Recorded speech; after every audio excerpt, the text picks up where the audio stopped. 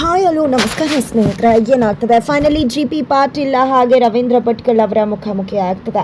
ಹಾಗಿದ್ರೆ ಏನಾಯಿತು ಅಂತದ್ದು ತಿಳ್ಕೊಬೇಕು ಅಂದರೆ ಈಗಲೇ ನಮ್ಮ ಈ ಚಾನಲ್ನ ಸಬ್ಸ್ಕ್ರೈಬ್ ಮಾಡಿ, ಹಾಗೆ ಒಂದು ವಿಡಿಯೋವನ್ನು ಪೂರ್ತಿಯಾಗಿ ನೋಡೋದನ್ನು ಯಾವುದೇ ಕಾರಣಕ್ಕೂ ಕೂಡ ಮರಿಬೇಡಿ.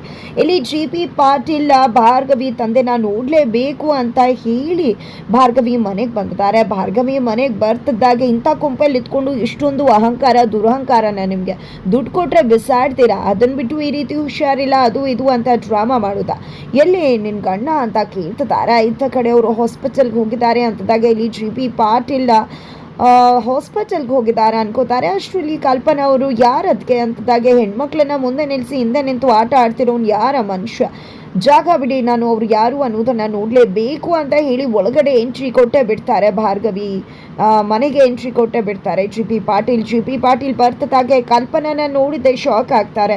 ನೀನೇನಿಲ್ಲಿ, ನಿನ್ನ ಗಂಡ ಮುರಳಿ ಅಲ್ವಾ, ನಿನ್ನ ಗಂಡನ ಜೀವಾವಧಿ ಶಿಕ್ಷೆ ಆಗಿದೆ ಅಲ್ವಾ ಅಂತ ಶಾಕ್ ಆಗಿ ಡೋರ್ ಓಪನ್ ಮಾಡಿದರೆ ರವೀಂದ್ರ ಭಟ್ಕಳ್ ನೋಡಿದ್ದೆ ಶಾಕ್ ಆಗ್ತಿದ್ದಾರೆ. 25 ವರ್ಷಗಳಿಂದ ನೀನು ಹೆದ್ರಿ ಎಲ್ಲೋ ಹೊರಟೋಗಿದ್ಯಾ ಅಂತ ಅನ್ಕೊಂಡ್ಬಿಟ್ಟಿದ್ದೆ, ಆದರೆ ಇನ್ನೂ ಕೂಡ ನೀನು ಇಲ್ಲೇ ಇದೆಯಾ, ನೀನು ರವೀಂದ್ರ ಭಟ್ಕಳ್ ಅಲ್ವಾ, ಹಾಗಿದ್ರೆ ನೀನು ಸತ್ತೇ ಹೋಗಿದ್ಯೋ ಎಲ್ಲೋ ಓಡೋಗಿದ್ಯಾ ಅಂತ ಅಂದ್ಕೊಂಡಿದ್ರೆ ನೀನು ಎಲ್ಲೂ ಹೋಗಿಲ್ವಾ, ಹಾಗಿದ್ರೆ ಭಾರ್ಗವಿ ನಿನ್ನ ಮಗಳ ಅಂತ ಹೇಳ್ತಿದ್ದಾರೆ. ಇತ್ತ ಕಡೆ ಜಿ.ಪಿ. ಪಾಟೀಲ್ನ ನೋಡಿದ್ದೆ ಇಲ್ಲಿ ರವೀಂದ್ರ ಭಟ್ಕಳ್ ಹೆದ್ರು ಹೋಗ್ತಿದ್ದಾರೆ. ನಾನು ಯಾವುದೇ ತಪ್ಪು ಮಾಡಿಲ್ಲ, ನಾನು ಲಂಚ ತಗೊಂಡಿಲ್ಲ, ನಾನು ತಪ್ಪಿತಸ್ಥ ಅಲ್ಲ, ನಾನು ನ್ಯಾಯವಂತ, ಹಾಗೆ ಹೀಗೆ ಅಂತ ಅಲ್ಲೇ ಕಿರ್ಚ್ತಿದ್ದಾರೆ. ಅಲ್ಲಿ ಕಲ್ಪನಾ ಸಮಾಧಾನ ಮಾಡ್ತಿದ್ದಾರೆ. ಬಟ್ ಇಲ್ಲಿ ರವೀಂದ್ರ ಭಟ್ಕಳ್ ಮಗಳು ಅನ್ನೋದು ಗೊತ್ತಾಗ್ತಿದ್ದಾಗೆ ನಿಜವಾಗ್ಲೂ ಜಿ.ಪಿ. ಪಾಟೀಲ್ ಶಾಕ್ ಆಗ್ತಿದ್ದಾರೆ. ಆ ಒಂದು ಶಾಕನ್ನು ಸಹಿಸೋಕೆ ಆಗ್ತಿಲ್ಲ ಜಿ.ಪಿ. ಪಾಟೀಲ್ಗೆ.